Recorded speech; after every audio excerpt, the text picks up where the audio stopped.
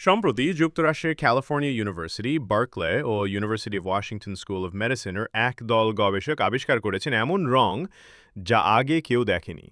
তারা এই রংটির নাম দিয়েছেন ওলো। তবে এই রং আমাদের দৃষ্টিসীমার বাইরে, অর্থাৎ এটা আমরা খালি চোখে দেখতে পাবো না। বিজ্ঞানীরা ওজ নামে একটি প্রযুক্তি উদ্ভাবন করেছেন যার মাধ্যমে ওলো রং দেখা যায়। গত 18 এপ্রিল যুক্তরাষ্ট্রের সায়েন্স অ্যাডভান্স জার্নালে প্রকাশিত গবেষণাপত্রে গবেষকরা জানিয়েছেন এই রং দেখতে হলে চোখের রেটিনায় লেজার লাইট ফেলতে হবে। এখন পর্যন্ত 5 জন মানুষ ওলো রং দেখেছেন। তারা সবাই বলেছেন যে এটি দেখতে সবুজ নীল বা টিল রঙের মতো। গবেষকরা জানিয়েছেন ওজ এমন একটি প্রযুক্তি যা আমাদের দেখার জন্য রেটিনার মধ্যে একরকম মাইক্রোস্কোপের মতো কাজ করে, যেটা অতি অল্প মাত্রা লেজার আলোকে আমাদের চোখের নির্দিষ্ট আলো সংবেদী কোষকে উদ্দীপ্ত করতে পারে। তখনই এই রঙের দেখা মেলে।